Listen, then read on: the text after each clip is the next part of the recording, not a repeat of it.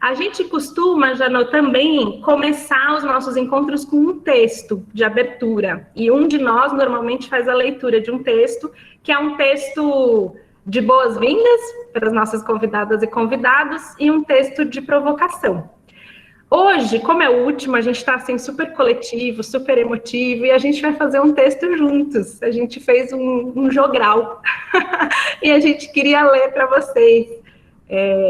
Então, a gente tem a equipe toda, tem o pessoal da organização, tem o pessoal que fica atrás das câmeras na articulação, das inscrições, todo mundo da equipe hoje tá junto para ler esse texto. Vamos lá, então. Gavetos. Quando estão no meio da rua, é fácil desviar dele. Como se faz com uma caixa de papelão ou um gato morto. Vou ligar as ligadoras que eles vão desistir de ficar na frente da sua casa. Música alta, fumaça de churrasco também os mantém à distância. Eles não são o problema, apenas mais um elemento da paisagem dos lugares distantes. Suas pernas quebradiças, se movendo lentamente como nuvem, sempre estiveram aqui. Desde antes das lembranças de qualquer um. Desde antes, a pararem o mato das asas.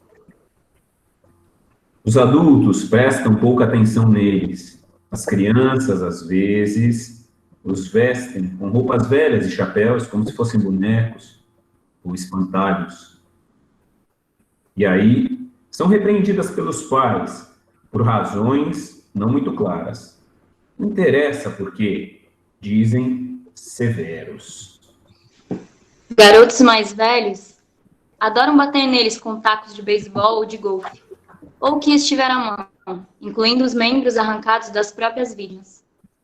Com uma mira cuidadosa e um bom golpe, a cabeça, um punhado de terra sem rosto, sai voando.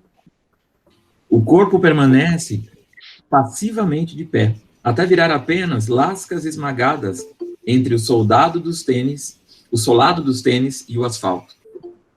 Isso pode durar horas, dependendo de quantos os meninos encontrarem. Mas num certo momento, aquilo deixa de ser divertido. Fica chato, até irritante, o fato de eles permanecerem ali, parados e acendendo tudo. Que eles são? Por que estão aqui? O que querem? Pou. Pou. Pou. A única reação é o som de galhos mortos caindo das árvores velhas nas noites sem vento. E os buracos que aparecem nos jardins, covas negras de onde saíram montes de terra durante a noite. E claro, lá vem ele de novo, perto das cercas e das estradas das entradas das garagens, nos becos e nos parques, silenciosas sentinelas. Estão aqui por algum motivo? É impossível dizer, mas se você parar e observá-los por algum tempo, imagine que eles também podem estar procurando respostas, buscando algum sentido. É como se tomassem todas as nossas perguntas e nos devolvessem. Quem são vocês? Por que estão aqui? O que querem? O Janô, ou mais formalmente, o professor Dr. Antônio Januzelli, ele possui graduação em Ciências Jurídicas e Sociais pela Pontifícia Universidade Católica de Campinas, mestrado em Teatro pela Universidade de São Paulo e doutorado em Teatro pela Universidade de São Paulo. Atualmente, ele é professor aposentado e pesquisador do programa de pós-graduação em Artes Cênicas da Escola de Comunicação e Artes da Universidade de São Paulo, e a sua pesquisa, denominada Laboratório Dramático do Ator, está focada na área de pedagogia do teatro, com ênfase nos processos de treinamento e criação do ator, dramaturgização e expressão vocal dramática. Janô, obrigada de novo. Delícia ter você aqui, a palavra é toda sua. Daqui a pouco a gente conversa mais um pouquinho.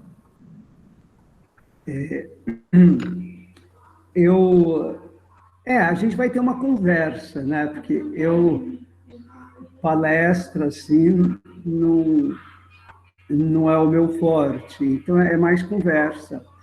E eu estou fazendo um trabalho, um livro, o Gurdjieff, alguém já ouviu, né? alguém. E é um trabalho, eu peguei para fazer não é uma síntese, enxugar um pouquinho, porque chama O Quarto Caminho, que é do Ouspensky. E aí eu vou passar para o Tiago, e aí ele, né, vocês veem se é algo que te envolve, e eu acho que para nós do teatro, ele toca. Então, e ele fala, o Ouspensky fala que ele não dá palestra, ele conversa, então, que seriam as perguntas e respostas que têm valor. As perguntas que têm valor, né? Mas, aí eu relembro, né? Você está no lugar certo que você escolheu, não seria veterinária ou farmácia. Um pensamento assim mais atual, mas que eu acho que já estava lá atrás, que a arte, as artes, o centro gerador das artes é o centro emotivo, é o centro das emoções. E, assim, refletindo sobre o teatro, o trabalho do ator, que é o que eu fiquei o tempo todo, não me perguntando, porque eu dava aula todo dia, e até hoje, aula não, laboratório. E aí, mas essa reflexão minha é recente, tem alguns poucos anos frente ao meio século, que a arte é mais vaginal do que cerebral. É claro, tudo é relativo, né? Não vão ficar com o termo assim, preso ao termo. E quem fala isso é um homem de teatro francês, o Valéry Novarina, vaginal, né? Então, eu acho que uma questão... Então, arte, teatro, arte. Teatro é o ator. E ponto final.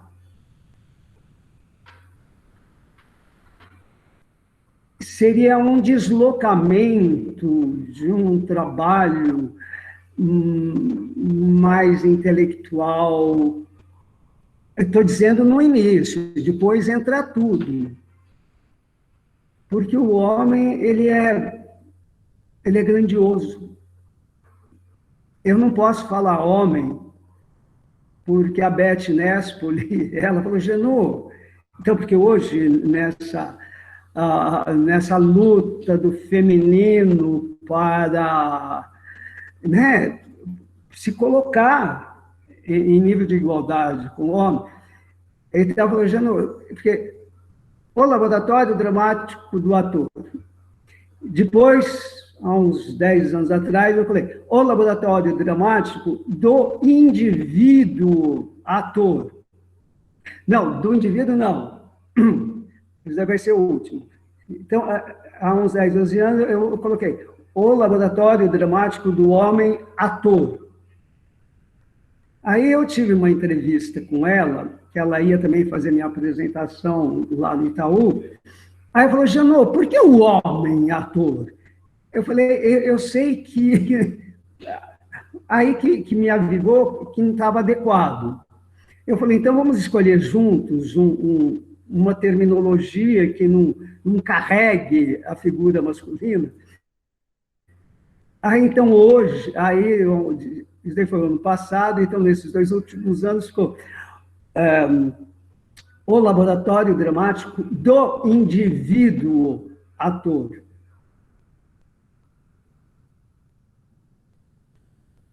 Fica mais leve assim, para as mulheres, porque aí o indivíduo, como não tem indivídua, Então,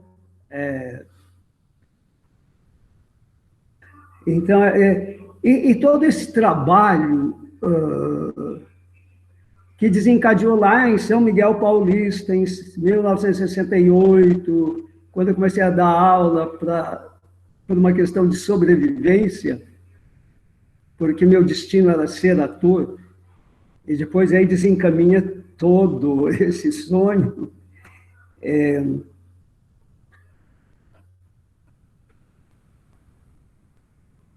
Aí eu não sei, o que está plantado, o que veio se desencadeando enquanto meu percurso de professor, é o que vai acontecer lá em São Miguel Paulista, que era ginásio, eu dava aula para 7ª e 8ª série, não era nem colegial. E aí esse termo do homem ator, do indivíduo ator, porque eu trabalho em cima desse indivíduo. E, normalmente, quando a gente se encontrava ou se encontra, parece que você está vendo um ator ali. Mas quem que é esse indivíduo que quer se tornar ator? E aí toda a carga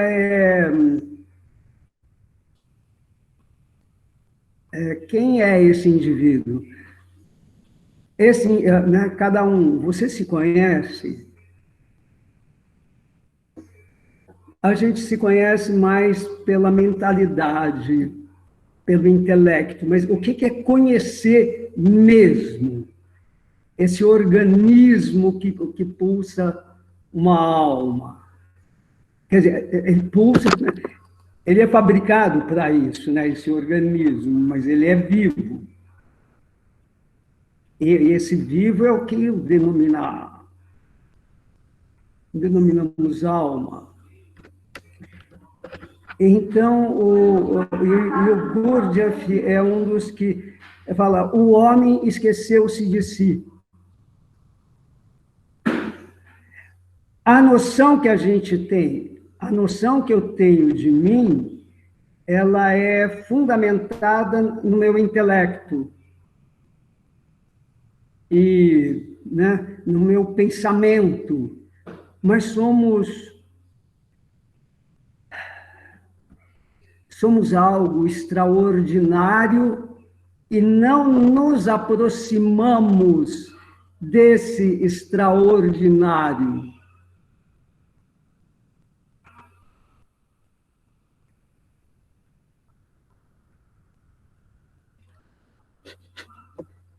E então, assim, toda a nossa vida é dedicada a partir de uma visualização da cuca.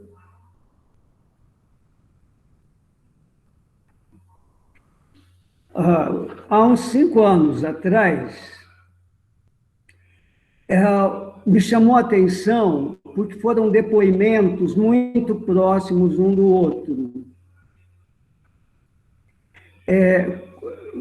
Foram 4 personalidades que eu li num livro, ou num livro, ou numa entrevista, ou no jornal, os 4 falando, expressando que o único refúgio do homem hoje está na área das artes. Não tem saída. E o interessante, nenhum deles era da área das artes, porque se fosse, não teria sentido. Eles eram, sim, figuras, porque estavam, assim, falando num jornal ou na TV, e essa proximidade, então, me marcou muito.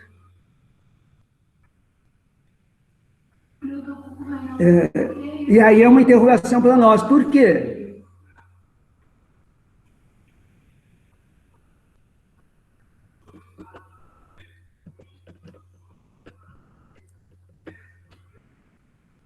Se alguém quiser chutar. Então, já poderíamos até... Depois vocês vão fazer perguntas. mas eu acho que é uma questão nossa. Teatro é o ator. Teatro está na área das artes, o ator. E as outras artes precisam de uma mediação. Como a pintura, você precisa daquele instrumental, a música, você precisa do instrumento. Agora, a nossa arte é no corpo. É o corpo. Inclusive, a gente não vê, porque a tua arte é atuar. E a gente não vê, e se vê em vídeo, não é ela. A menos que você faça cinema, mas aí é um ator de cinema, mesmo sendo um ator de teatro. Então, o homem esqueceu-se de si. Que essa daí é a grande questão, isto é, o homem está dormindo. Então, o homem está dormindo, a área de artes é o único refúgio do homem hoje. E, para mim, dentro da área das artes, eu acho que a arte do ator é a mais contundente, porque ela é exercida a partir do corpo, do meu corpo. Só que o teatro, ele é coletivo, graças a Deus. Então, eu na briga com o outro, e é aí que começa, a gente começa a se desvendar como indivíduo. E o primeiro conflito é o conflito das psiques, dos egos. E o caminho mais longevo não é porque o ego ele quer coisas menores, e somos potências. E esse exercício, que eu chamo de laboratório, laboratórios são os exercícios que a gente desenvolve. Eu acho que não para decorar um texto, qualquer um pode falar esse texto que você fala. O nosso corpo é um instrumento vibracional, mas como a gente usa a carga intelectual, ela não nos libera. Então, como propiciar e olha que nós estamos, então, na área que pode salvar o próprio e salvar outros. Você está ali, tem 200 pessoas, você está fazendo um monólogo. E se você faz para valer esses 200 olhares, o ator ele instaura um campo magnético. E se ele está dentro de um diapasão profundo, é um imã mesmo. Então, nós temos isso e mais coisas ainda. Então, esse trabalho é um trabalho sobre o indivíduo. Tirar toda a sujeirinha que não faz parte dele. Para chegar nessa essência dele enquanto indivíduo. E nós, do teatro, é o que podemos chegar mais próximo, por esses dois motivos. Porque é uma arte do corpo e é uma arte do contato dos corpos. E é muito gostoso, viu? É muito prazeroso a hora que eu começo a me perceber. E, por acaso, eu não sei mexer muito com o computador, a Leslie está aí, a Adriana, com esse sorriso, o Cláudio Teres, que sumiu ontem. Gente, é muito sério. E mais sério é esse culpado de dar aulas para atores. Tem o Sato. Sato era um japonês que morreu há uns 15 anos atrás, com 90 e poucos anos. Ele dava aula de natação lá na medicina da USP, e que ele dizia, num encontro, ou você passa o teu espírito, ou só passa informação. E aí a gente, por exemplo, um exercício, começa a investigar você. Que horas que... Né? Então, os exercícios estão muito relacionados a mim mesmo, só que precisa de uma orientação inicial.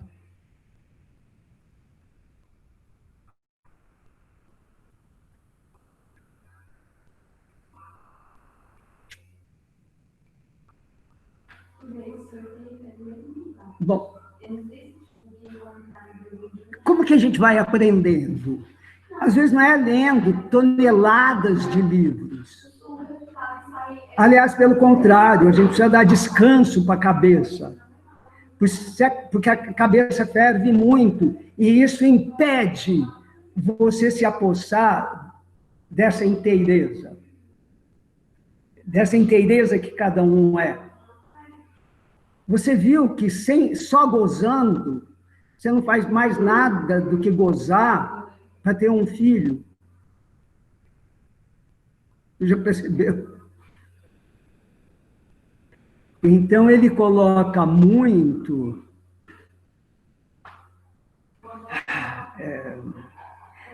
sabe, o que seria esse estudo nosso para começar a abraçar esse universo que nos compete e ir a fundo? E e aí que eu lembro que o homem, assim, é no brincar que, em segundos, esse homem, ele se abre inteiro. Agora, ele não aproveita isso porque ele não tem consciência. Então, o brincar é uma das chaves. Imagina o brincar coletivo.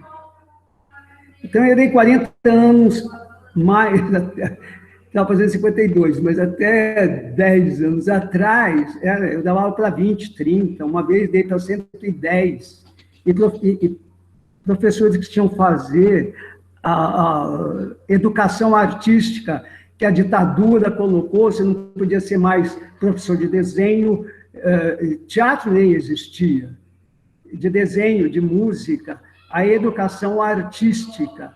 Todos os professores do Brasil inteiro tinham que fazer esse curso de educação artística para ele dar as 5 artes na aulinha dele. Então, eles tinham, os já professores, tinham que fazer uma adaptação, fazer cursos. E aí, eu dei um tempo aula na Belas Artes, e aí, aos sábados, eles vinham do interior, a maioria, e eram pessoas de 30 a 70 anos. E assim, uma turma de 110. Eu já, qualquer coisa, eu já fico sem voz, imagina numa aula. Mas era tão fantástico, era uma catarse. Né?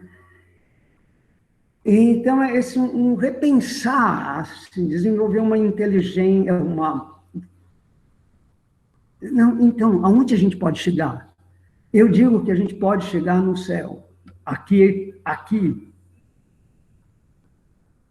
E é um processo eu falava de autoconhecimento, aí a Fanny, ela falou, mas que autoconhecimento, Janot? Que é muito cerebral.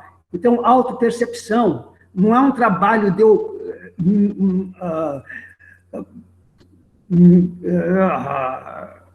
fazer com a cuca, é você se perceber como você se senta, como move os teus lábios, mas daí precisa de uma condução inicial.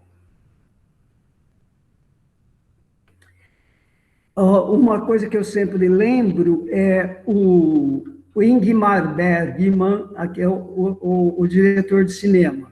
Acho que a maioria lembra dele, né? Ingmar Bergman. Eu li, assim, um flyerzinho lá de um filme que eu fui assistir, e nesse flyerzinho ele dizia... o ator, ele pode trabalhar, conscientizar e trabalhar toda a sua musculatura. Agora, tem um músculo que é muito difícil dele trabalhar e que ele não tem a consciência. E esse músculo,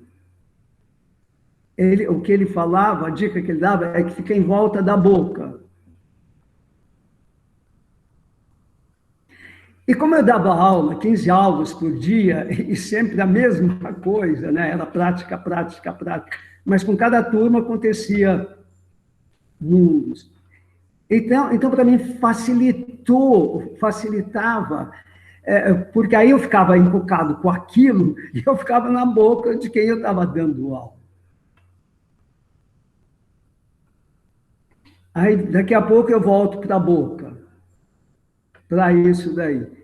E também eu sinto o Boal. Antes de entrar, um ano antes de entrar na EAD, eu tinha um grupo lá no Arena que a gente se encontrava com a mulher, a Cecília Tumim, que era a mulher do Boal, era todo mundo jovem. E aí eu estava sentado ali na cadeira, numa poltrona lá, e alguns outros, e tinha uma dupla fazendo uma improvisação. O Boal, ele sai do camarim, porque sair do camarim para ir para a rua, você tem que atravessar o palco. Então, ele estava lá, essa dupla fazendo, ele passa, dá uma olhada, e eu estava sentado perto da escadinha que ia para a rua. Aí eu ouvi ele pensou baixo, ele não falou para ninguém, mas eu ouvi ele falar, não é nada disso. E durante séculos eu fiquei, se não é isso, que era o que eu estava vendo, o que é então? Então, são pequenas marcas, e eu acho que o nosso conhecimento, o conhecimento do indivíduo, de qualquer um, não só do teatro, a gente está recebendo lições continuamente. Como a gente se ligar para poder aproveitar e somar. Bom, com relação àquele músculo que fica em volta da boca e que é difícil a gente localizar, então, trabalhando todo dia até altas horas, eu ficava assim, grudado na boca dos alunos, dos atores, e isso daí faz uns 33 anos. Então, a primeira coisa que a gente tem que assassinar. Então, meus alunos, quem foi meu aluno, sabe que a gente, de 30 anos para cá, eles tinham que escrever um livro. E esse livro era anotar todas as vivências que eles tinham comigo, né, com as aulas, mas e tudo o resto, tudo que ele quisesse, ele botava lá.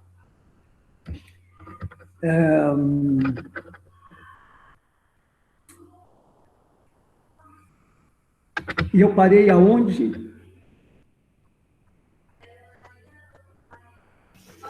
No músculo. Falando... No músculo, é a primeira coisa que a gente tem que assassinar. Então, uma das coisas que o ator tem que assassinar, o indivíduo, o ator, que é problema do indivíduo, o ator é uma função, assassinar a simpatia.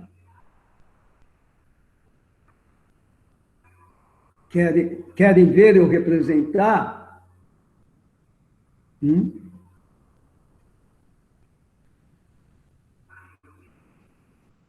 assim? Apague! Não é... Não, porque vida mexe. Vê as novelas da Globo, aquelas manequins assim. Então, gente,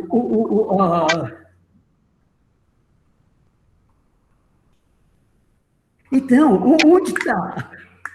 Onde está uma aprendizagem possível para nós? Eu vou falar uma coisa, mas aí é relativo também. Eu digo que tem 3 espécies de ator. O ator que não é ator. O ator que é correto. E eu falo assim, porque eu gosto, tá? O ator sublime. E não quer dizer que o que não é ator, ele vai ter que camelar muito mais. Né? Porque qualquer um pode dramatizar, qualquer um pode fazer. Mas aquele ator que consegue instaurar o campo magnético, né? Porque é você, imagina só, você está sozinho, ainda se tem 5, 7, dá para equilibrar, né?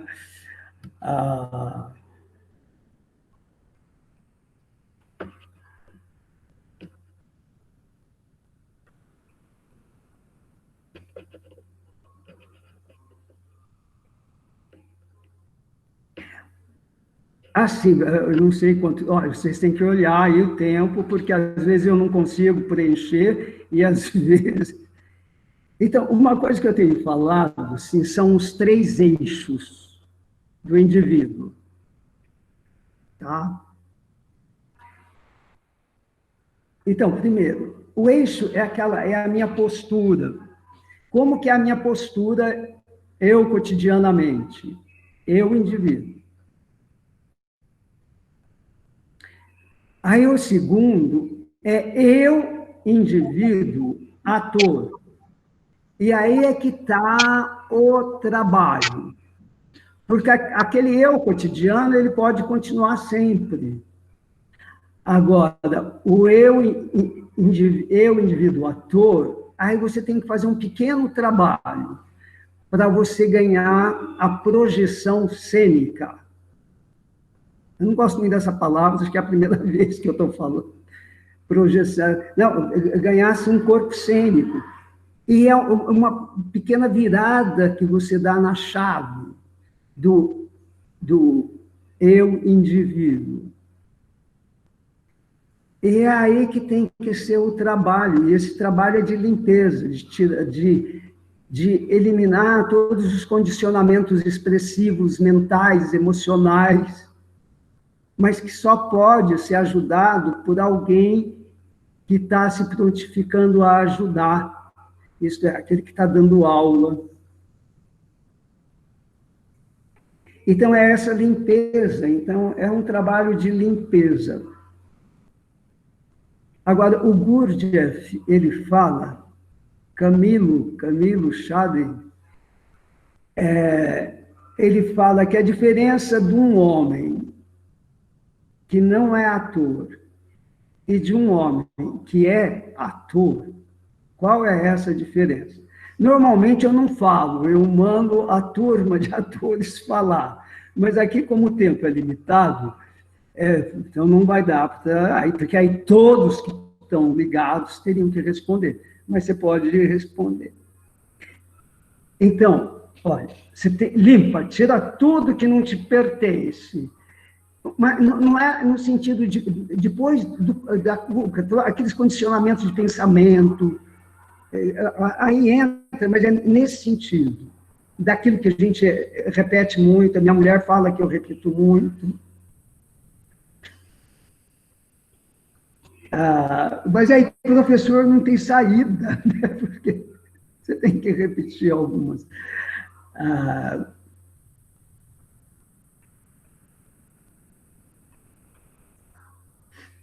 Então, limpar. É um trabalho de limpeza. E o Gurdjieff fala qual é a diferença de um homem que não é ator para de um indivíduo. As mulheres têm que reclamar a hora que eu falar homem, tá? Do indivíduo que não é ator para o indivíduo que é ator. Ele fala, o indivíduo ator faz tudo mais intensamente.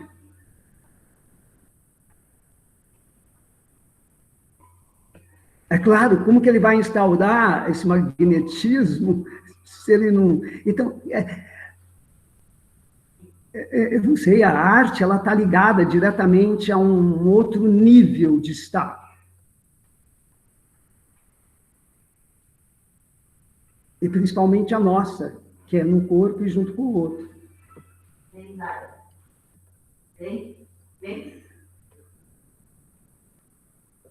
Então, assim, se é um indivíduo que não tem intensidade, a hora que eu falo desse que não é ator, porque eu tive uma experiência, muita aula, que aí eu fiquei com uma aluna uns 8 meses e 17 dias, trabalhando, assim, e era para uma montagem lá da escola.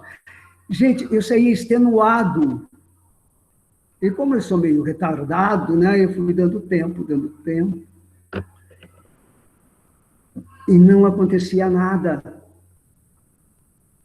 Então, esse primeiro, aquele que não é ator, então vem dessa minha experiência pessoal. Mas eu acho que quando você quer, seja lá o que for, você tem que ir com tudo, assim, mas muito sóbrio, com tudo, sabe? Intensidade, sobriedade. Uma coisa que eu lembro, o ator de teatro, mesmo da televisão, ele usa muito a tensão dele. E a tensão muscular, sabe? Uma cena assim. Não, uma cena intensa que você vai bater no outro, o ator tem que estar todo descontraído.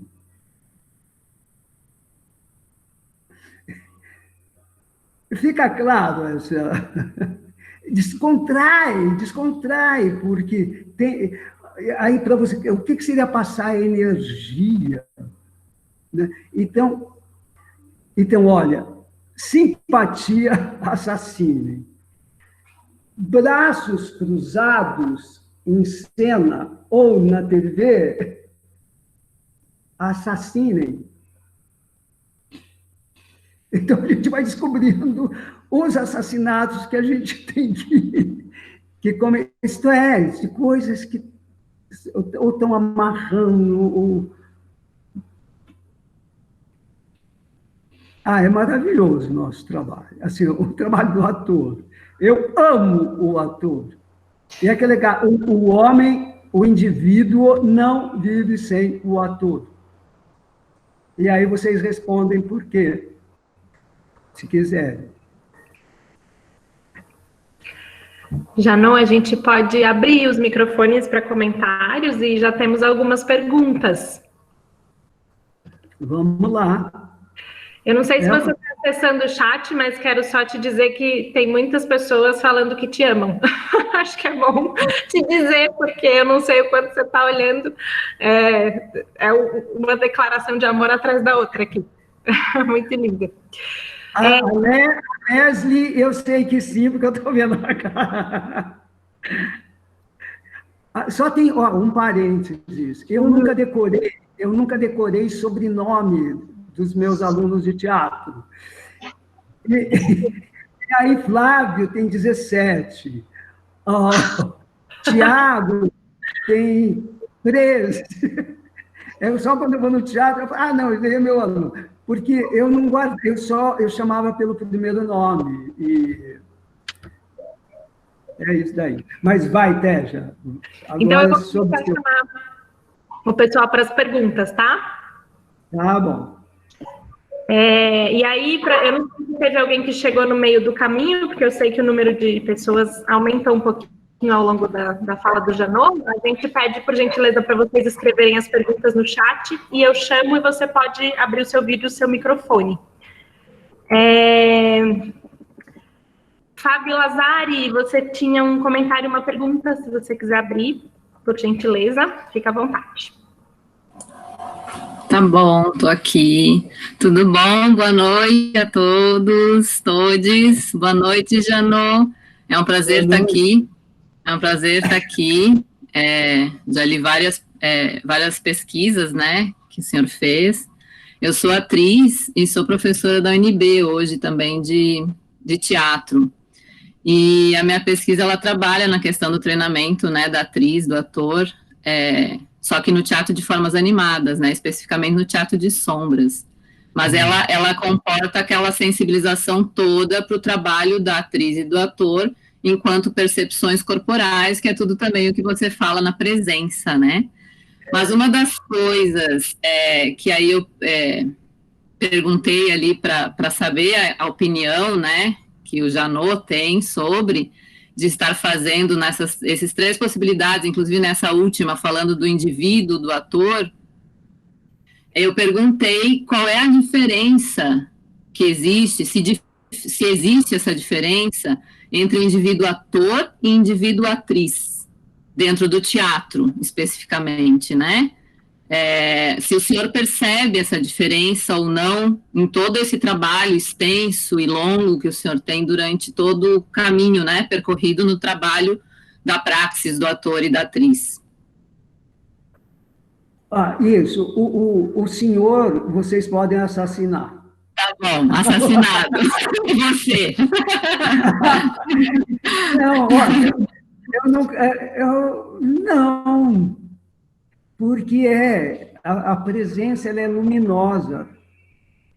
Então, não tem divisão de sexo aí. Isso, aí, assim, a minha questão até em função disso, assim, né, e aí na minha tese, inclusive, eu coloco sobre a questão de falar sobre todo o meu tempo de atriz, que eu escuto e leio os livros, são todos em cima do treinamento do ator, né? Falando a palavra ator. A gente sabe que lá na antiguidade, por ser homem, né, ser generalizado como homem, todos os indivíduos que temos na Terra acabam sendo falados também sempre no posicionamento masculino, né? Então, uma das coisas hoje que nós estamos trabalhando muito entre as mulheres também e até entre as pessoas não binárias, né, as pessoas trans, os artistas todos que estão, a gente começar a mudar, até o Hudson colocou ali, né, se fosse a Dodge, ela já colocava realmente indivíduo A, né, ela já está chamando de teatra e não de teatro, né, enfim, é uma coisa que a gente vai modificando em função dos novos tempos também, e até em função das nossas lutas para as modificações estruturais que a gente tem, né.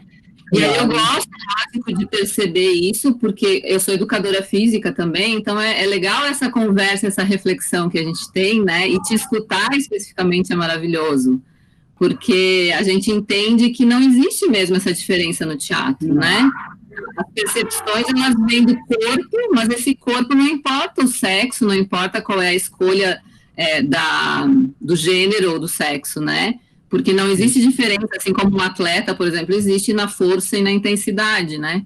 Porque é da fisiologia, da biologia. No teatro a gente tem a questão poética, né? E a questão intelectual, a questão toda da cognição. Então, é muito bom refletir sobre isso também nesse momento. Obrigada pela sua resposta. No começo da década de 90, eu fui algumas vezes para Brasília. Às vezes, para reconhecer algum curso, umas 3 vezes, assim, para dar uma oficina, né? Eu tenho uma lembrança, assim, por isso, não por causa da política, assim, muito doce nessas experiências lá em Brasília. Em Brasília eu estou começando agora também, né, porque eu sou de Santa Catarina, eu ainda, inclusive, estou em Santa Catarina por causa da pandemia, eu entrei agora esse ano na universidade, então eu vou o ano que vem, provavelmente, para lá.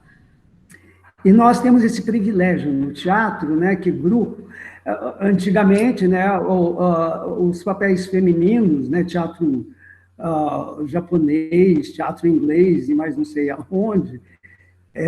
Aqui no Brasil, eu não sei, lá, século XVII, XVIII.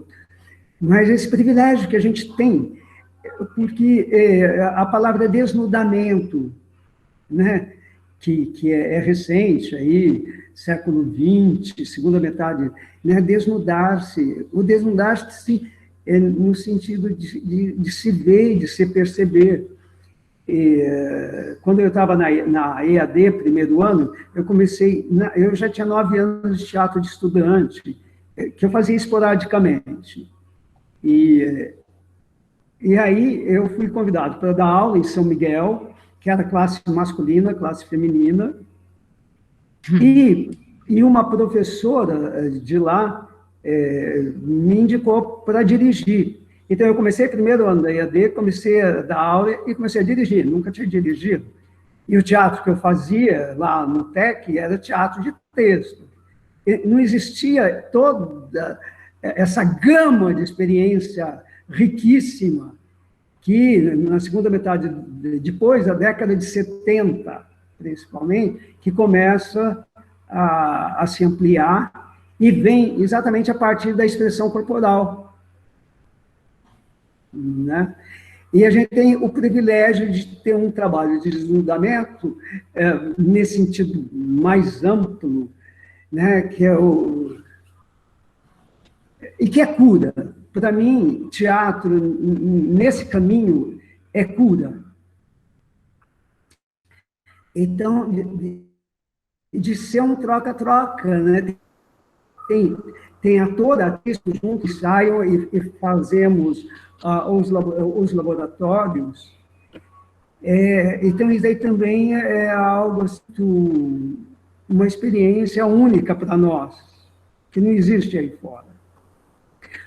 Agora, uma palavra que eu não tenho usado já faz... Antes eu falava de treinamento, né? Uma palavra que eu tenho, assim, o treino, porque dentro desse objetivo é uma outra coisa, né? Se a gente fala treino, ele fica muito... Mas tudo bem, só para dizer que tem usado prática, né? Tem se usado prática. Práticas, né? Isso, práticas, trabalho, né? Eu, na realidade, acabo usando um pouco do treinamento, porque eu acabo fazendo bastante coisas físicas também, em cima da aptidão, né, e tal. Mas é comum da educação física. No teatro, a gente usa mais a praxis mesmo, né, a prática. Que é um termo melhor, né, do que treinamento, que parece muito regrado. Janot, é que eu estou travando aqui, tá meio... tá me ouvindo? Estou te ouvindo. Tá. Não, é que você falou desse desnudar-se, Janot, e eu queria te ouvir um pouco sobre isso. Desculpa eu fazer essa... É porque eu achei que era oportuno, assim, né, o quanto talvez hoje seja uma questão esse desnudar-se, né, nós enquanto indivíduos, sujeitos, a nossa dificuldade de nos desnudar dessas carcaças, dessas cascas e quanto o teatro é um lugar potente para que isso aconteça. Eu queria que você falasse um pouquinho sobre isso. Não, é o único lugar. É o único lugar. Não tem outro. Dentro desse espírito que a gente advoga. Então, desnudar-se é tirar essa roupa que me dá aquela caricatura, né, a gente... Não, a partir da segunda metade do século XX, tudo começa a se movimentar mais ágil. Então, a gente estava, apesar das ditaduras, né? Então, dentro das artes, e dentro do conhecimento humano, dentro da pedagogia, dentro da educação, tudo assim está fermentando. É que vem esses períodos, como a gente está vivendo agora, que é terrível, e o período da ditadura de 21 anos, o Brasil estava florescendo ali, gente. Segunda metade da década de 50, durante 9 anos, que vai até 64, era explosivo tudo que estava acontecendo no Brasil, em nível de arte, literatura, cinema, tudo. Eu tive o privilégio de ver isso aí, depois vem o tempo, né, de escuridão. Mas, repete aí, senão eu vou falar outra coisa. Eu acho que o Tiaguinho caiu, né? Mas ele já deve estar voltando. Eu travei aqui um pouquinho também, gente, por isso eu não estava conseguindo voltar, mas agora voltei. Jano, você prefere continuar falando? Prefere esperar o Thiago? Acho que a internet dele não está legal. Não, vamos continuar e a gente volta. Tá bom. A hora que a gente fala de limpar tudo que não... Todas as ervas daninhas que estão grudadas, está ligado a esse desnudar, que ele é bem mais amplo, mas é esse a proposta. Em que medida eu sou um canalha? Sabe, se eu sou um canalha, eu reconhecer que eu sou um canalha. O que cada um tem aí de... né, nossa educação, até a década de 60, ela era muito reprimida. Eu vou chamar, então, o Hudson, que é a próxima pessoa que está aqui na nossa fila de perguntas, tá bom? Bom, Jano, tu falaste lá no início, né, que teatro é ofício. Infelizmente, desprivilegiado, mas ofício. E a construção do ator e da atriz, ele é tanto intelectual quanto emocional. A minha pergunta é, qual é o peso de cada uma dessas formações, né, na tua experiência? Uma formação mais intelectual, ela seca o ator ou a atriz, e uma formação mais emocional nos torna frágeis enquanto atuantes?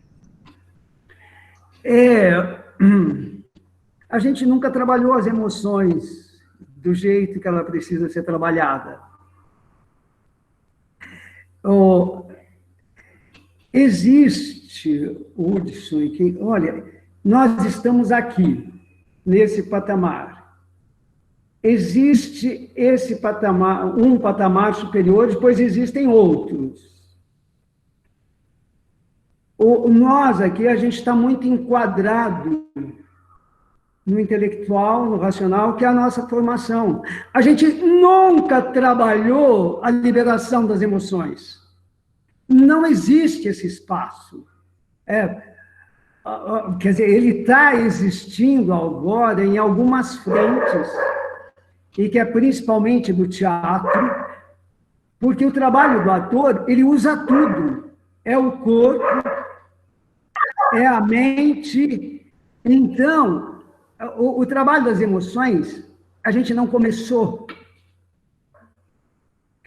Quando você fala assim, eu sei, como o Antunes Filho, não, o ator não pode se emocionar em cena. Né? Um dos trabalhos é não pensar. Estou dizendo enquanto laboratório. São 2 etapas o processo. Um processo de preparação, que ele é eterno, até o último dia da sua vida. Preparar esse corpo continuamente para ele ser de uma flexibilidade. Então, a gente está falando desse indivíduo que ele é ator porque ele é intenso na sua expressão. E como a cabeça está entupida, então não é que a gente vai separar uma coisa da outra. O Gurdjieff fala de 4 centros. 4 centros. É o motor, é o instintivo, é o mental e é o emocional. O instintivo, eu falava muito pouco, porque eu ainda não estava apto. E eu não é que eu sou um estudante não, eu não tenho erudição. Meu trabalho é todo vivencial. Tem, assim, umas bases, mas eu não tenho erudição nesse sentido de biblioteca. E o Gurdjieff fala que os 4 centros, eles são independentes. E eu acho que o privilégio nosso, e eu sempre trabalhei muito com a intuição. Cadê a nossa intuição? Não nos desenvolveram isso, não. Né? Pega lá a criança. A intuição. O que é a intuição? Que aí eu mando cada um falar o que ele acha que é. E eu mesmo, porque são aqueles termos que a gente fica, não tem muita precisão, é um moral. Assim, é um termo que, para mim, eu usado, quando eu leio, dá para entender alguma coisa dele. Mas eu mesmo usar. Então, intuição é o conhecimento que a gente absorve sem passar pelo intelecto. E principalmente a mulher, a intuição feminina é muito mais avançada que a nossa. O homem, coitadinho, que... coitadinho de nós, né, homens. Então, começa por aí.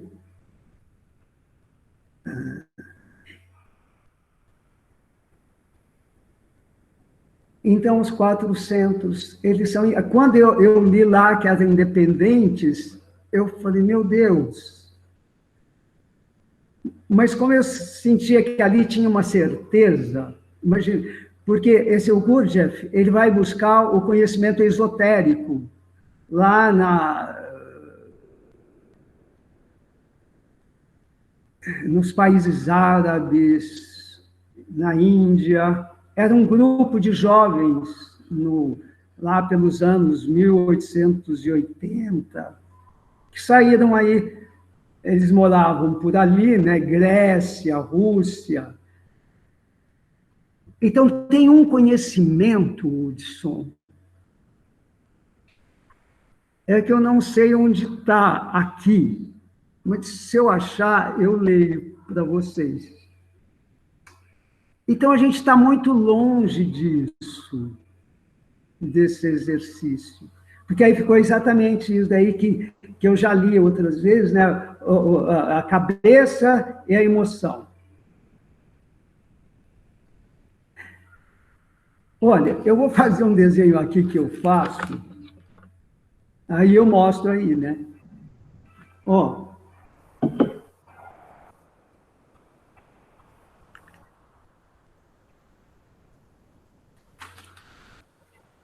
Se dá para ver... Dá para ver as 2 bolas? Dá sim, Janô. Porque vocês me deixaram tão... Dá. A gente é isso. Se alguém tiver dificuldade, pode destacar o vídeo do Janô para ver melhor. Só clicar em cima. Como é que é esse destaque? Eu vejo o destaque ou não? Não é você, não. Não, cada um destaca na sua tela, Janô. Você só precisa montar o desenho. Tá, é isso. Dá para ver as 2 bolas? A gente é isso. E pega essa bola, ó, e faz isso aqui, ó. A gente é este movimento. É igual ao movimento do átomo. Sim, a gente consegue ver. Tá ótimo. Agora, como nós estamos? Então, isso que é assim, está assim. Dá para ver? Dá. Centra aqui um pouquinho. Aí, agora deu. Tá ótimo. Uhum. O que é isso? Alguém... Aí eu sempre uso vomita, chuta. Eu nunca falo. Tá? Assim, nos meus encontros com atores, nas aulas, nos laboratórios. Não, é ele que fala. Sai para fora. O negócio é abrir um caminho livre para ele sair para fora, meu Deus, que está embutido. Então, o que é isso daqui? É tão chato falar direto, porque pode ser outras coisas também. É o que cada um inventar. Ó, tá vendo o cortado? Sim. Sim. Então, a gente é isso aqui, embaixo, esse movimento, e é isso que a gente... Por isso que a gente não lembra da gente, do destino nosso, não indivíduo, do destino humano. Eu começo a falar muito alto, daqui a pouco vem a dona da pensão, falando, mandar calar a boca. Então, a gente está dividido em quê, Hudson? Corpo e cuca. Corpo e...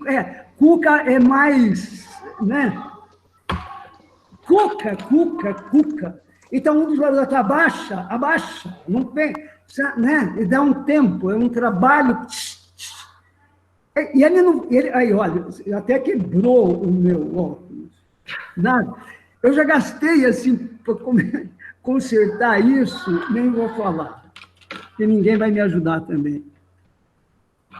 Cuca, a gente está nessa cisão. E o objetivo é os quatro, a hora que eles se juntam, eles vão, nós navegaremos pelo espaço. E para ver que um é independente, se você tomar uma decisão que tem que ser pela cabeça, não misture a emoção. E se for vice-versa, não misture também. Se é uma coisa da tua intuição, do teu coração. Eu fui entender a independência a hora que eu achei esse exemplo, né? E a gente é dono desses centros. A gente não tem a experiência de ampliar, de abri-los e nem de conduzi-los. Porque para conduzir... Não é que a gente não tem. Meu pai era assim de uma emoção e minha mãe era pá, pá.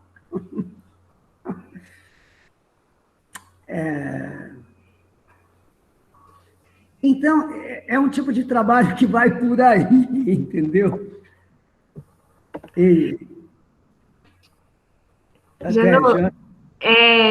A Alessandra tem uma pergunta que acho que pode dar uma continuidade bacana aqui para o que você está falando. Alessandra, você está por aí?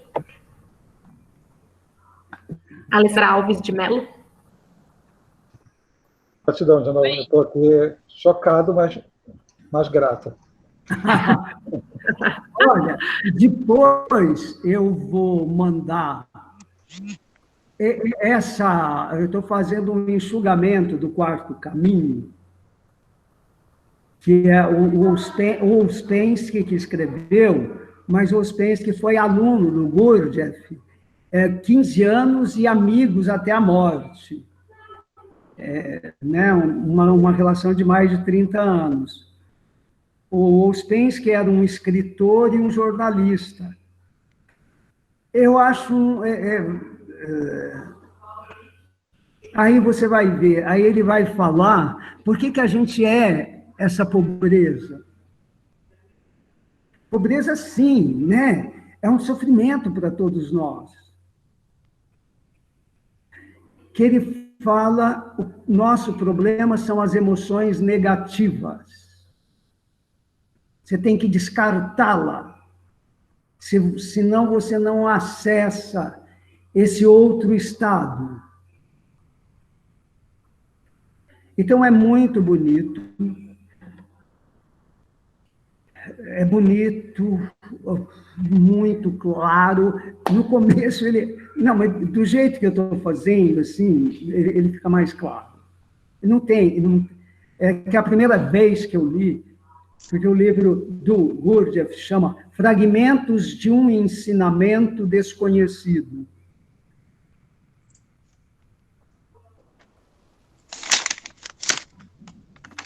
É a Alessandra que vai falar? É ela que você falou? Tá. Oi, Janô, boa noite. Boa noite, Alessandra.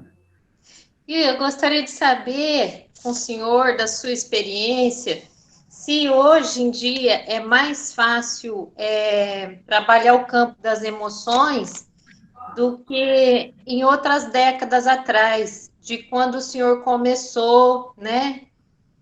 Dos dias atuais, o que o senhor acha, assim, que é mais fácil ou é mais difícil, é mais complicado? Se você me chamar de você, eu chamo você de você.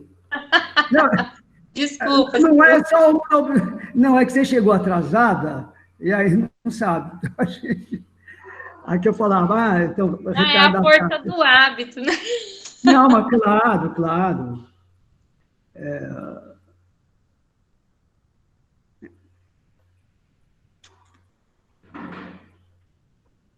Menina, ó, eu nasci em 40. Ainda tinha carroça até em São Paulo, para entregar leite. As 50 foi os anos dourados. É na década de 60 que começa o pega para capar. O primeiro homem que vai mexer os quadris, que é o Elvis Presley, nunca ninguém tinha exposto, nenhum homem mexido os quadris.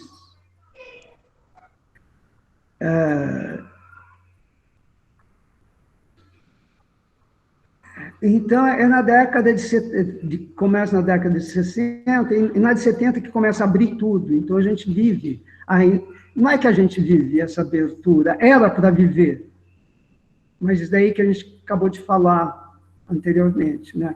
A ditadura nos cindiu, a gente já era cindido, e aí fechou mais, cindidos por causa da educação. Não sei se vocês lembram que o bebê, eu acho que eu cheguei a ver isso, quando ele nascia, se botava eu não sei se era um pedaço de pau na coluna, para ele não quebrar a coluna, e enrolava um pano branco. Eu lembro, daí eu vi, eu devia ter uns 5, 6 anos, era um pedacinho de pau. Alguém chegou a ver isso ou não? Ficava parecendo um casulo. Imagina, isso daí até a década de 50, 40 com certeza, e entra ainda um pouco, até 40 era. Imagina, hoje o bebê nasce, ainda não sei aonde que a gente estava falando aí, ele já nasce de olho aberto te encarando. E é isso aqui. Você pensa que nós somos assim, temos esse corpinho todo torto? Por quê? Principalmente o homem, que tinha que recolher tudo, né? Então, a gente é derivado. Vocês já estão dentro de uma época assim, onde até extrapolou, né? E a tua pergunta, repete ela para ver se faltou algum adendo. Alexandre.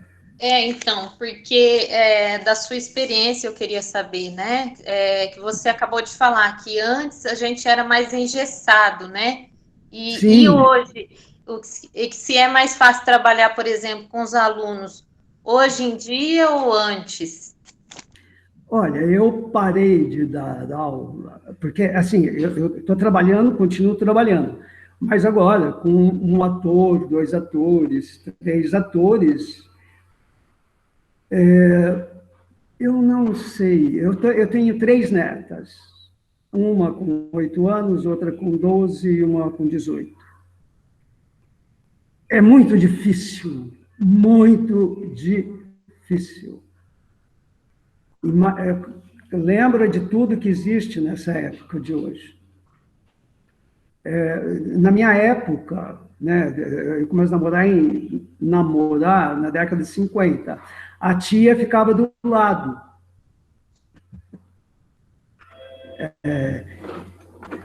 Minha irmã, que casou em 47, o pavor da minha mãe é ela casar grávida.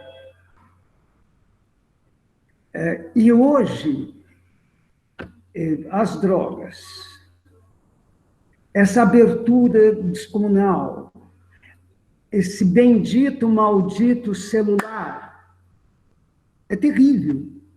Como gerenciar isso? Um pai, uma mãe, que trabalham. Até a década de 50, a mulher não trabalhava, né? A grande maioria. Então, eu não sei, como faz 10 anos, porque eu dei aula assim, para os jovens, até eu falei numa palestra aí que eu não envelheci dentro, porque eu continuamente vivi com jovens. E até hoje, né? Quando eu falei aí, eu não envelheci dentro. Quando eu falei a primeira vez, a plateia gargalhou. Porque velho, às vezes, quer ter assim, uma aparência jovial. Mas é lindo, porque eles também... Não é que eles são abertos, aparentemente são abertos. Né? Então, tem essa encruzilhada aí. Agora, se ele for fazer um curso de dramatização, que todo mundo deveria fazer, não para ser ator, é uma experiência única. Né?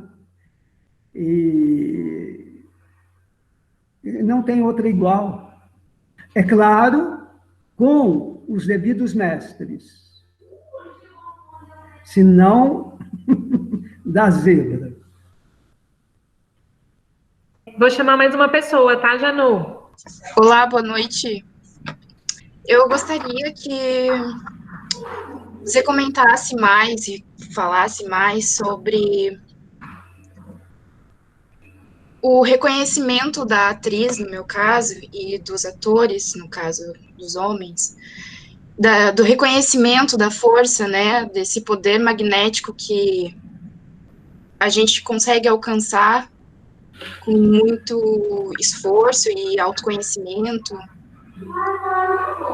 ao longo, né, das nossas práticas, e de pensar também uma filosofia do teatro, do que é o teatro, né, para a humanidade, que falasse mais sobre essa força magnética e a ética desse ator, sendo de reconhecer esse poder de transformação de tempo e espaço que vai para além, né, do espaço cênico que a gente se coloca, mas então também enquanto futuros professores, né, no meu caso eu estudo licenciatura em teatro pela Federal de Santa Maria, aqui no Rio Grande do Sul, e essa é uma das coisas que mais me indaga, assim, que eu venho discutindo e pesquisando, né, sobre a ética do ator e de reconhecimento da potência que o nosso corpo tem no mundo. Obrigado.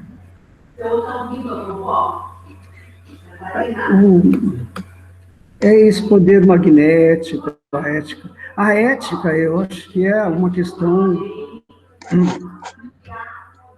do homem, né? E aí a ética no teatro.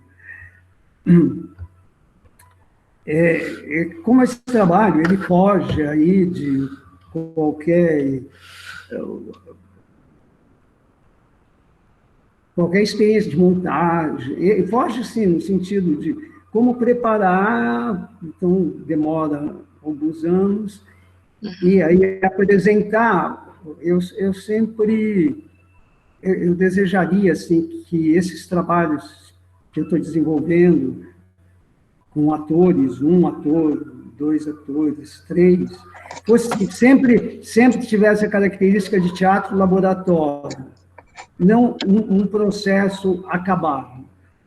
Mas, e a gente trabalha um ator para que ele faça, que ele esteja disponível para trabalhar em qualquer área de atuação, em qualquer experiência.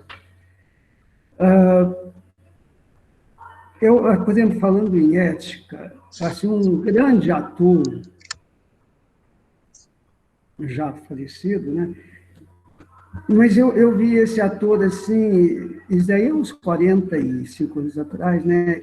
Ele dando um coice num jovenzinho ator que estava em cena com ele, porque eu acho que esse jovenzinho ator tinha passado na frente dele. Então, isso daí eu assisti essa peça onde isso aconteceu. Então, a ética, essa postura de respeito ao outro, né? Ao exercício do outro.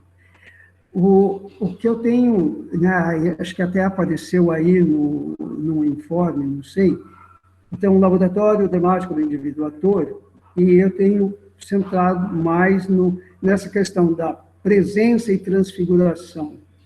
Então, o que é essa presença? Não tem assim, não é um conteúdo teórico, é um trabalho de ação, de fazer ali com os atores, e que ele vai apreendendo por esse fazer, por algum reflexo corporal que ele sente. E aí o que eu falava para os atores, quando você for assistir alguma coisa, seja filme, seja principalmente de teatro, perceba a hora que você é tomado por aquele trabalho. E aí ele refletir sobre o que pegou naquele momento ou o que não tocou ele. Então, a questão da presença, eu acho que ela vem de uma reflexão nesse sentido, de um fato cênico que ele está vendo e ele mesmo perceber o que toca e o que não toca a ele. Agora, para a pedagogia, então eu dei aula em ginásio, né, mas atualmente eu acho que tem experiências muito importantes. Seria, mesmo aqui em São Paulo, o Tiago, o Tiago é um elemento que eu tenho assim, alta conta, porque o espírito dele é de um ator, é de um pedagogo, né? E para as minhas filhas, quando iam fazer dança, eu falei, vai ver onde está a mestra da dança. Não uma mestra para fazer treinamento, porque eu acho que o mestre ele vai além de um treinamento, seja no teatro, seja na dança, ou mesmo na pintura, aquele que começa a abrir espaço para você expressar de dentro para fora. Mais alguma coisa, Cheyenne? Não, obrigado. A Lúcia, acho que a Lúcia tinha uma pergunta para te fazer também, já não, Lúcia? Você pode abrir sua câmera, o microfone. Janô, a minha pergunta para você é a seguinte: você está onde você está?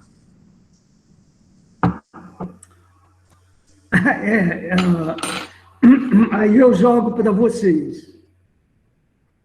Que daí eu falava numa primeira, segunda aula, né? Você está onde você está?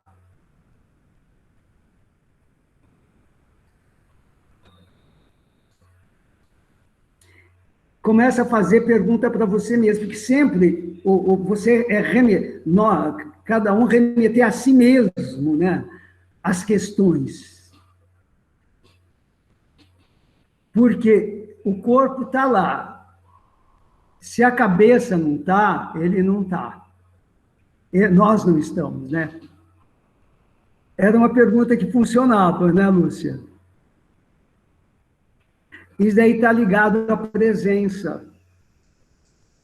Eu começo a perceber se eu estou ou não estou. Se eu estou, a presença naturalmente está assegurada.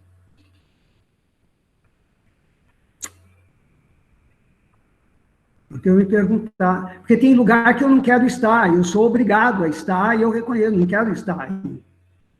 Então, mas teu corpo tem que estar lá, se presentificando para não ganhar o que for, ou... É uma pergunta, assim, valiosa, né?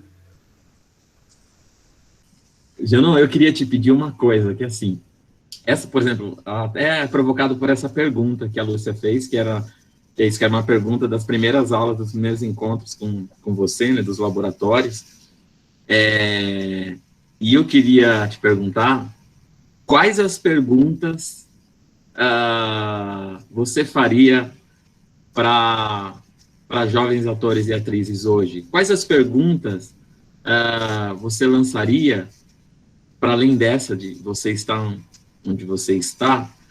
Se há outras perguntas que você acha que são fundamentais para a gente, né? Para nós, seres humanos, artistas, atores, atrizes.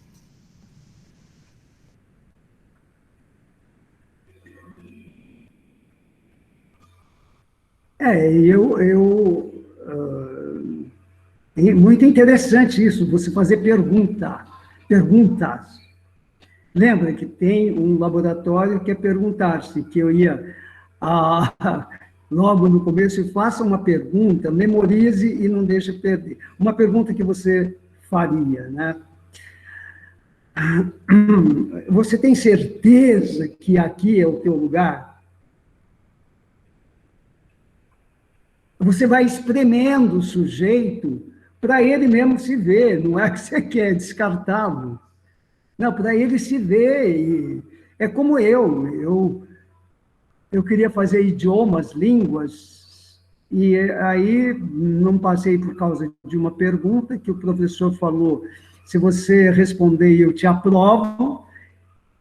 Aí eu sabia o que era, mas não conseguia articular, aí eu não passei. Aí fiquei 2 anos sem estudar, fui fazer direito. 5 anos perdidos, totalmente perdidos, e na fase mais linda da gente, né? Dos 22 aos 26 anos. Então, a gente tem que provocar para ele ir no tentar responder, né? Uma lista de perguntas que a gente pode fazer. Você depois pode me ajudar a inventar perguntas. Sim. Né? Senão você vai perder tempo, como eu perdi 5 anos.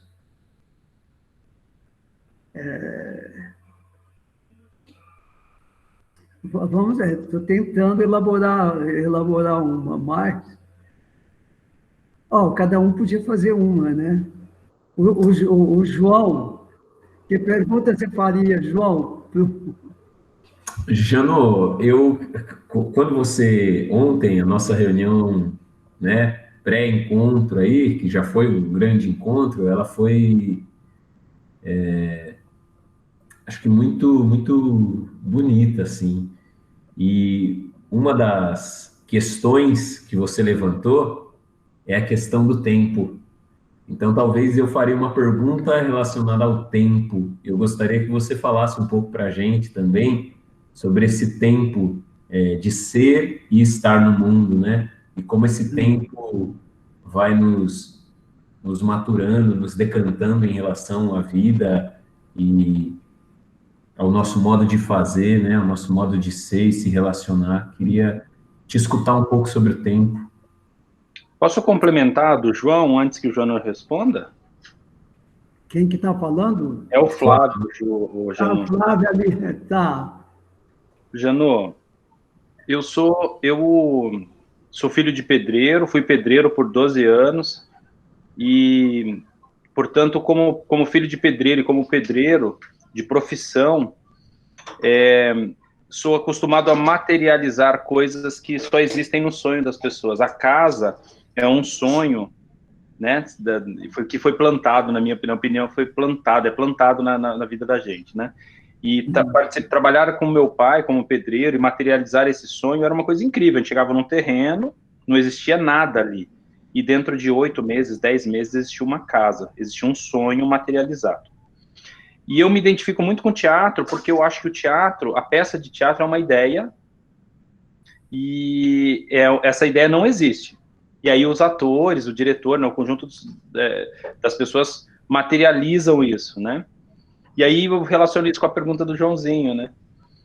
Os jovens, acho que muito de uma geração ou 2 gerações posteriores à minha, não tem muita essa sensação do fazer, Janô, sabe? De pôr a mão na massa, a terra, ter que derramar o seu suor para ver algo materializado. Eu acho que é uma gerações que tem uma tendência, não é um pré-julgamento da minha parte, não me interpretem mal, é uma elaboração de uma pergunta. Mas parece que sempre tem alguém para fazer por essas gerações. Essas gerações desejam e alguém parece que realiza. E o teatro não é esse lugar. O teatro a gente deseja e a gente tem que fazer. Então, também queria ouvir você falar um pouco sobre isso, sobre essa materialidade, essa fisicalidade que o teatro tem, como o sexo tem, né? Não dá para fazer sexo você aí, eu aqui. Não dá para fazer uma casa, o terreno aí, eu aqui. Não dá para fazer teatro você aí, eu aqui, a princípio, né? Então, queria que eu te ouvisse um pouco sobre isso. É interessante, então, voltando ao Gurdjieff, que eu estou muito com ele agora. Então, é um conhecimento esotérico. O conhecimento esotérico é aquele que é desenvolvido dentro de um grupo fechado. Não por egoísmo, mas porque ele tem uma complexidade que, se você abrir, o outro não vai se aproximar da compreensão, porque demanda um tempo longo para apreender aquele conhecimento. Como hoje, eu tenho trabalhado muito com... Não deixe eu fugir muito, depois aí o João e você...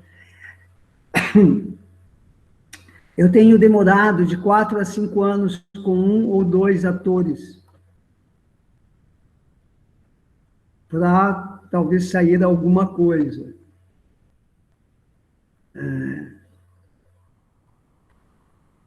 E aí o Gurdjieff, aí então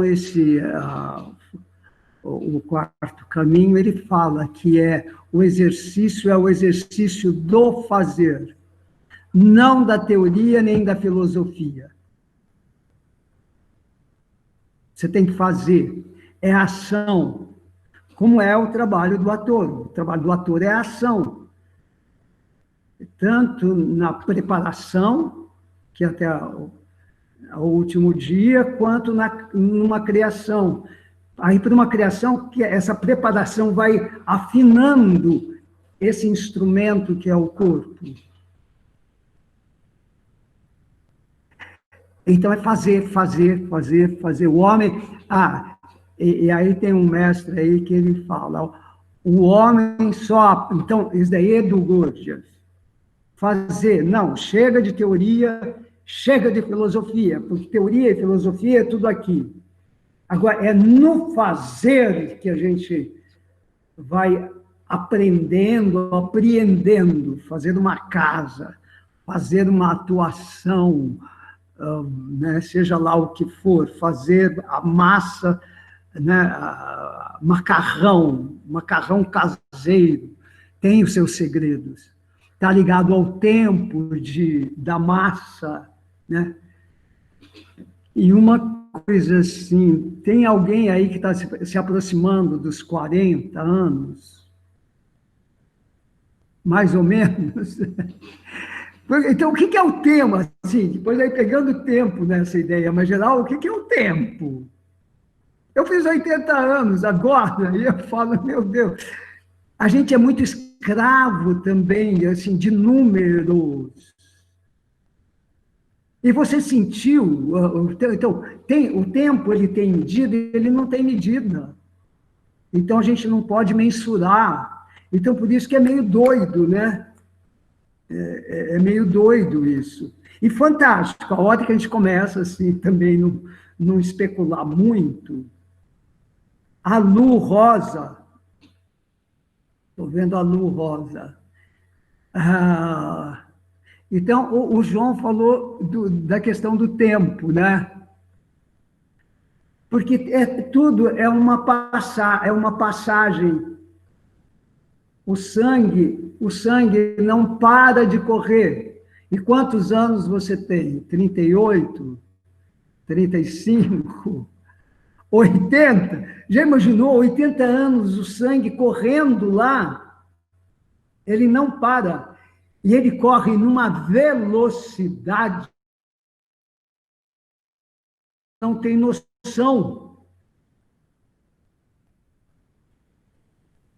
O nosso corpo está tudo sendo trocado continuamente.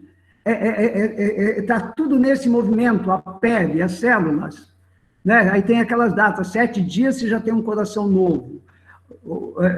Tem uma coisa que demora mais, outras que é no mesmo dia. Então, está tudo nessa ebulição.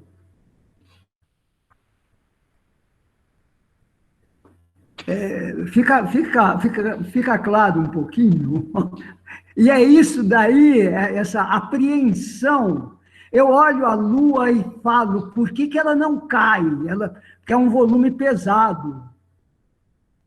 E a Lua, a Terra é 12, tem uma distância assim de 12 mil quilômetros. Eu acho que eu estava vendo com o meu genro, então tudo é muito absurdo no sentido mais fantástico.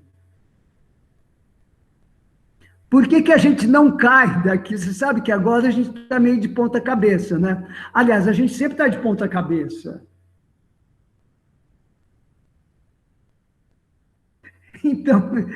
Então é um mistério, né? O Drummond que falava, não quer entender, viva o mistério.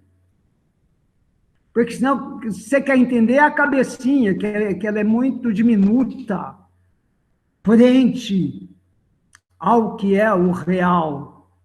Então ele fala, a gente vive muito na ilusão. Então, esse fazer, Flávio, é um negócio que você pega e faz.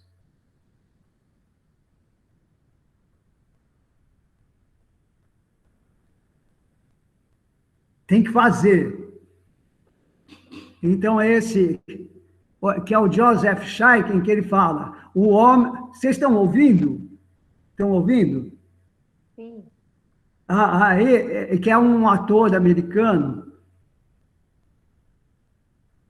O homem só aprende fazendo.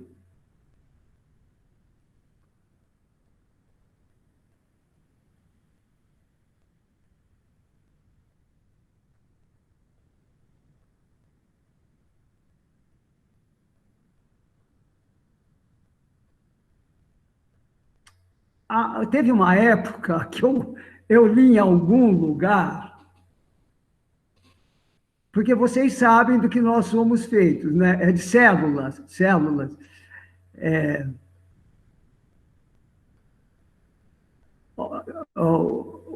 O átomo, alguém sabe da velocidade? Lembra? É da lição de física, biologia.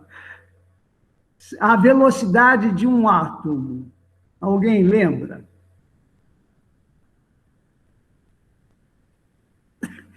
É algo que é inacreditável. Eu não lembro, eu preciso ver que caderno que está anotado isso. Ou, não, tem a internet hoje. Então, a velocidade dele, e a gente...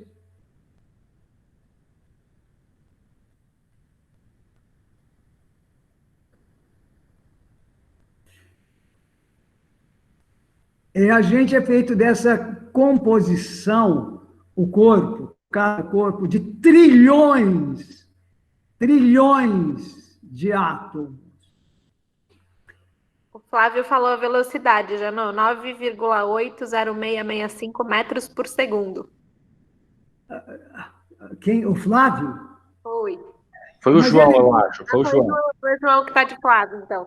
Não, é que acho que eu não ouvi porque estava sem som.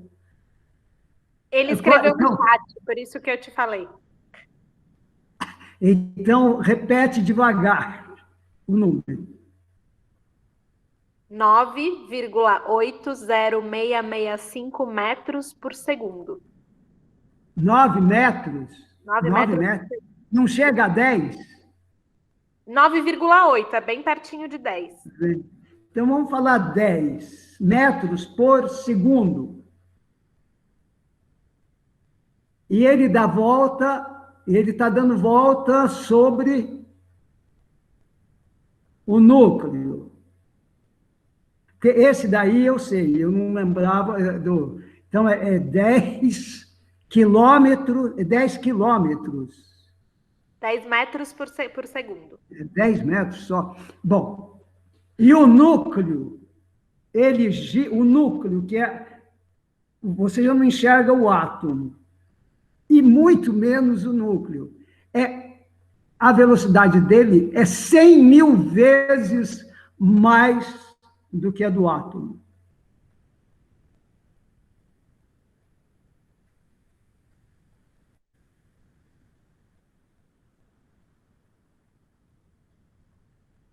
Alguém ficou bestificado? Então, nós temos essa coisinha aí. A gente tem 3, eu não sei se é bilhão ou trilhão, não, deve ser trilhão, para dar um corpo desse tamanho do seu.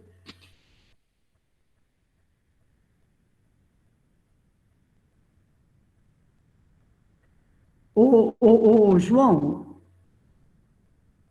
e aí o tempo? E o tempo, né, Janão? Então, eu falo do tempo dramático, que é o tempo da duração da expressão x, y, né? Falo, tem uma dupla, né? O não pensar e o não tempo. Passa alguma coisa na cabeça de vocês a hora... O não pensar, quer dizer, é pobre, mas o sentido é realmente ficar um tempo de não deixar nada passar na cuca. Como laboratório. E o não tempo. A exemplo, não tem vezes que 7 horas passou numa velocidade incrível. E não tem vezes que aqueles 15 minutos que você tem que estar esperando não passa.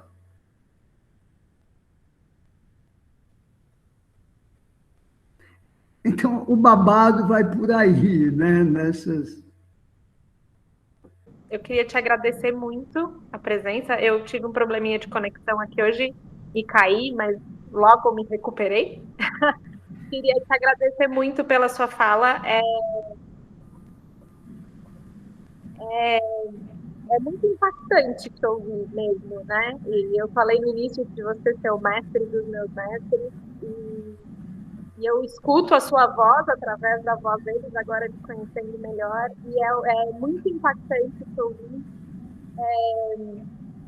porque é um trabalho muito minucioso e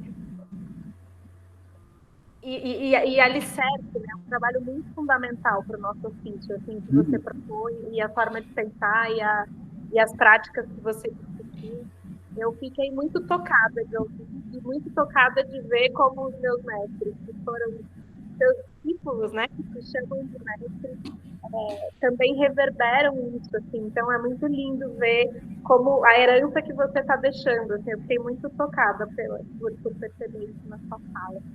Então, eu queria te agradecer, uma chuva de elogios e de amores e de declarações aqui no chat. Você é muito querido por todo mundo, acho que por conta dessa genialidade toda que você traz na sua fala e no seu trabalho. Então, muito obrigada.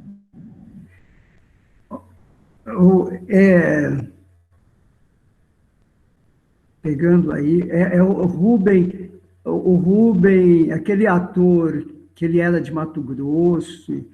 Rubens Correia, Janô? Rubens Correia. Oi, Camilinho. Um beijo, amor. que ele falava, eu assisti, acho que o Arthur dele, isso daí faz uns 30 e poucos anos, e que ele falava que ele já era, quando ele falou isso, ele já tinha uns 30 anos de teatro. Ele falou que a busca dele era pela contínua simplicidade. E o trabalho é esse. Quer dizer, ou você tem o fogo para fazer aquilo que você escolheu, seja ser padeiro, seja ser qualquer coisa que você faça, qualquer coisa que você faça pela paixão, isso aí está naquilo que você faz, né? E no caso nosso, a hora de a gente falar da limpeza, tem que ter essa característica, tem que ter o ator, a intensidade dele trabalhada que vai marcar a presença dele. Mas, então, essa intensidade, naturalmente, ninguém diz, ou você tem ou não tem. Para aquilo que você deseja, no nosso caso, o palco. Mas o trabalho em si é de uma simplicidade, de um despojamento, né? Que acho que vocês que estão tendo esses mestres daí sabem na carne, né? Sabe o que é. Não, foi muito prazeroso.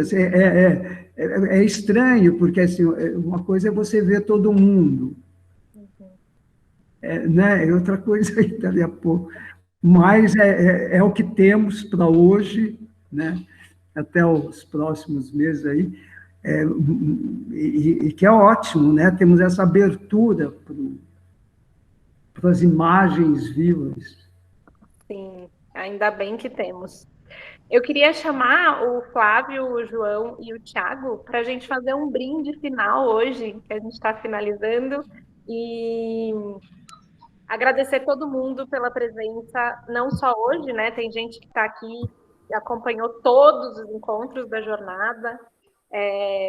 Acho que foram mesmo dias muito potencializadores nesse momento que a gente está vivendo, para além do que eles já poderiam ser se a gente estivesse numa situação mais comum, né? Que não fosse isolamento social. Então, foi muito importante ter a presença de todo mundo. Acho que foi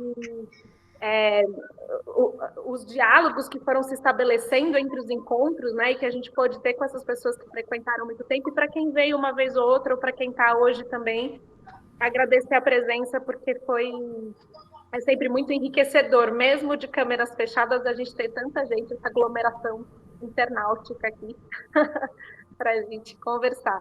Então, agradecer a presença de todos, dizer que a jornada vai continuar, né? Não, ela acaba essa primeira, mas a gente vai ter outras jornadas, a gente já está pensando nas próximas. E vou passar a palavra, então, para João, Flávio e Thiago, para a gente fazer o brinde. Obrigado, Tejas. Obrigado, Janô. Vou pegar aqui o gancho da Tejas.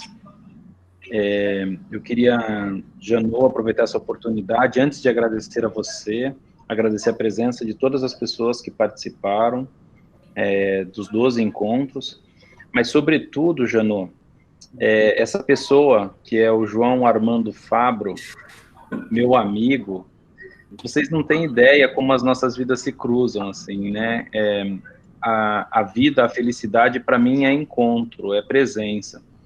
Eu entrei para trabalhar no Conservatório Dramático e Musical lá em Tatuí, como professor de teatro do 3º ano, Janô, para substituir essa pessoa, o João Armando, que estava afastado do departamento por uma situação, e eu entrei para substituí-lo. E depois fiquei um tempo substituindo e não o conhecia, só o conhecia por nome. E depois, no processo seletivo, foi efetivado e nós nos conhecemos, e pela graça dos deuses, das deusas, ele não foi dispensado efetivamente e ele permaneceu no conservatório.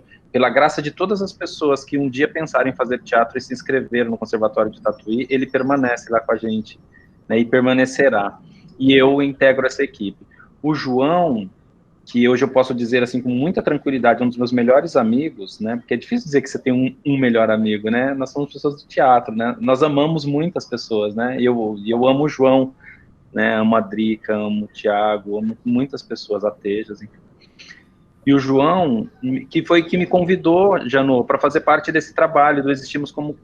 por que coisa? Porque foi o João que idealizou isso numa aula dele, uma pessoa inquieta, não tem o que fazer, como se já não houvessem problemas suficientes nas nossas vidas, ele inventa essas coisas, ele inventou e nos convidou, a princípio, a mim e ao Thiago, e nós, sem saber o que era, também topamos. E se soubéssemos, toparíamos mais facilmente ainda, Joãozinho. Então eu queria te agradecer, meu irmão, por você ter me convidado, por estar aqui, porque é lindo demais, foi lindo, foram lindos os 12 encontros. Obrigado. Thiago, igualmente, assim, um encontro muito feliz. Eu acho que uma das coisas mais significantes que aconteceu na minha vida foi eu entrar no Conservatório de Tatuí, né? Thiago, a Drica, o que dizer da Drica, né? O que dizer? Eu teria que escrever um livro, Drica, para, sei lá, para falar sobre o que eu sinto por você. Enfim, estou só aproveitando esse momento aqui para tornar público um sentimento que eu queria dizer para vocês, porque eu acho que, para mim, a vida se constitui no afeto, na presença, né? E é claro que ela não se esgota no afeto. Ela inicia, todas as coisas podem se iniciar e se constituir pelo afeto, mas elas não se esgotam no afeto. Né, o fato de a gente se gostar não determina e não acaba com o nosso fazer. Se nós não estivéssemos mobilizados em trabalho, não teria acontecido esse encontro, Existimos por que coisa. Então, queria agradecer o Léo, Marcondes, a Júlia, Mastromauro, o Gabriel, o Cláudio, o João Matheus, a Tejas, a Drica, o Thiago e o João Fábio. Muito agradecido por vocês proporcionarem esse encontro na minha vida. E aí vocês, né, as pessoas que estão aqui, e ao Janô, para encerrar, um grande mestre. Ô Janô, acho que a questão do mestre, se você não fosse meu mestre, se você não fosse nosso mestre, nós já te deveríamos muito. Desculpa atropelar, eu acho que eu tomei muito vinho, atropela a língua aqui. Nós já te deveríamos muito, porque nós fazemos teatro porque algumas pessoas mantiveram o teatro vivo, para que a gente pudesse ter acesso a ele, Janô. Portanto, ser mestre é uma condição ainda mais especial, é alguém que fez além desta função, isso para mim, de ter mantido o teatro vivo para que eu pudesse ter contato com ele. Portanto, o agradecimento é imenso, assim, imenso, muito agradecido, Janô. Essa noite, minha vida é mais feliz por estar aqui, por existir nesta coisa hoje. Obrigado, gente, beijos. Flávio, você é um doce também. O que veio? Não esquece de me acordar. Ah, tá bom. Acho que o Flavinho falou, agradeceu a todos, e, enfim, tudo isso me parecia muito insano quando eu pensava assim, quando eu mandei uma mensagem para o Flávio, para o Thiago, e falando, o que vocês acham da gente fazer isso aqui? Só que daí a ideia, a princípio, era convidar 2 ou 3 pessoas. Só que é isso, né?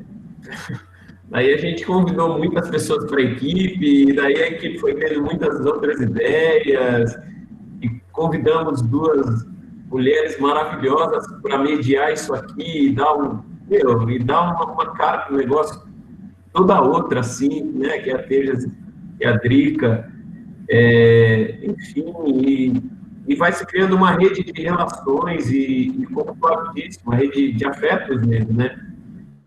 A gente se encontrando para fazer essas reuniões e programar tudo, e convidar as pessoas, e organizar, e demanda esse tempo. Foram 3 meses, e quando a gente começou, há 3 meses atrás, me parecia insano, né? A gente falava, quando chegar agosto, acho que a vida já vai ter voltado a uma rotina fora de casa, e a gente não vai ter nem tempo. Não, vamos levar qualquer coisa, a gente estaria dando aula nesse horário, a gente propõe como aula, né, os encontros da jornada. E, sei lá, eu fico pensando no buraco do vazio que vai ser, né, a próxima quarta ou a próxima terça, que a gente teria reunião às terças, né, da próxima quarta, não tiver jornada, né, a gente vai ter que inventar mais uma insanidade aí para preencher esses vazios. Mas eu acho que esse é um problema fácil da gente resolver, né? O Thiago é uma das pessoas que adora inventar problemas, né? Inventar coisas para fazer, então acho que é muito bom ter o Flávio, o Thiago, Rica, Teja, todo esse pessoal lindo da produção, uma galera que são nossos amigos, né? E amigas, são alunos e alunas queridos. Então, Jano, obrigado por nos agraciar essa noite, assim, com sua palavra, com sua... Que seria de mim sem vocês? Ah, Januzelli, seu danadinho. Ah, gente, que coisa mais bonita. Eu queria, enfim, acho que o Flavinho e o Joãozinho já falaram tudo também. Eu, né, à medida que cada um vai falando, eu vou vendo o que dá para falar aqui, né? E eu acho que, para mim, uma das coisas mais bonitas foi encontrar tanta gente que eu conhecia e não via há tempos. Meu, o Camilo tá aqui hoje, a hora que eu vi a imagem do Camilo, faz muito tempo que eu não vejo o Camilo, o Marcelo, enfim, tem muita gente que já entrou, a Juba, muitos amigos, muitas pessoas pelas quais a gente conviveu e experienciou, né? A gente se formou junto em vários aspectos. Olha o Tato ali com a Juba, meu Deus do céu. E então, esse foi mais do que escutar alguém falar sobre teatro, né?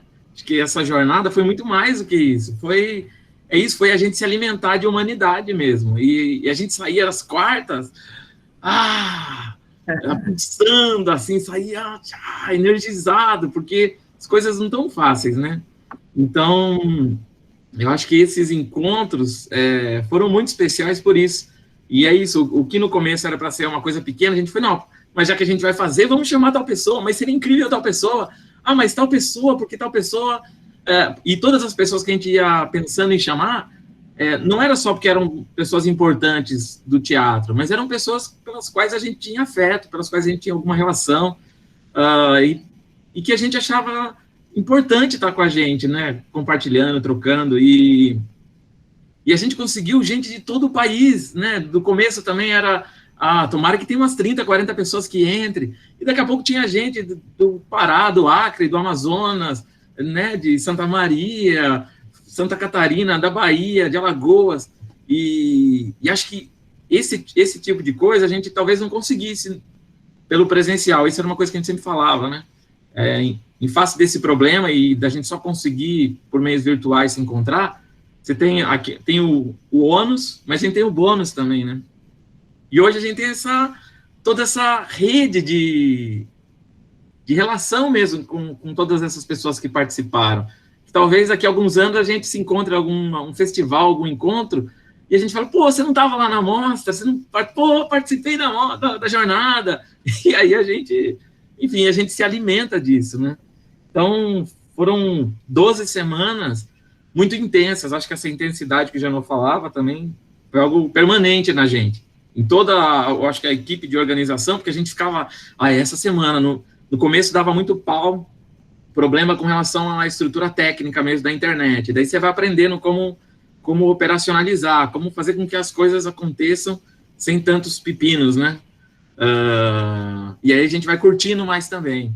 Enfim, foram 12 encontros bem especiais, assim, porque pelo menos a mim, me alimentou, sabe? E é isso, cada encontro me fazia lembrar a razão de ser, de por que você está aqui, por que você faz isso, por que teatro. Acho que em tempos como o que vivemos, lembrar disso, fazer com que isso emerja de novo dentro da gente é fundamental, né? Sem isso, a gente não sobrevive. Então, e assim, encerrar com você, Janot, era o nosso presente maior, assim, né? E você podia falar o que você quisesse, você podia ficar em silêncio durante 2 horas, e a gente ia ficar aqui chorando, talvez, com os ecos do seu silêncio, porque não é o que você diz, é o que você significa enquanto esse ser que ultrapassa o corpo, sabe? E muito obrigado por topar estar com a gente nessa. Obrigado a todo mundo que acho que topou estar com a gente nos encontros que conseguiu estar, e todos os nossos convidados e convidadas, né, que também nos encheram de alegria aqui ao longo dessas 12 semanas. Bom, a gente teve dois momentos, né, ontem e hoje. Foi muito significativo o ontem, para eu estar também mais tranquilo, descontraído hoje. E não, a nossa área assim é bendita. Eu acho que não existe outra onde possa ter uma experiência tão ampla, tão intensa, tão profunda como o teatro, desde que não seja um teatro que adule os egos. Pelo contrário, né? Esse é o objetivo. Porque aí, o que acontece? Você tirando, né, eliminando o ego e tal, aparece o humano. Não tem 2 humanos. O humano é um só. O que tem são as psiques que empobrecem. E está assim, na medida que não dá para a gente ir ao teatro, ao cinema que eu amo. Então, vamos inventar, viu, João? Você, né? E uma equipe, aquele que eu disse ontem, né? Existe uma transparência aí nessa equipe, que é aquilo, essa transparência, aquilo que eu quis significar ontem. O que está dentro, o que está fora é o que está dentro. Então, temos que inventar, criar, e para mim é do mesmo tamanho para vocês. Só que eu não tive esse trabalho de 3 meses. Gente, tchau.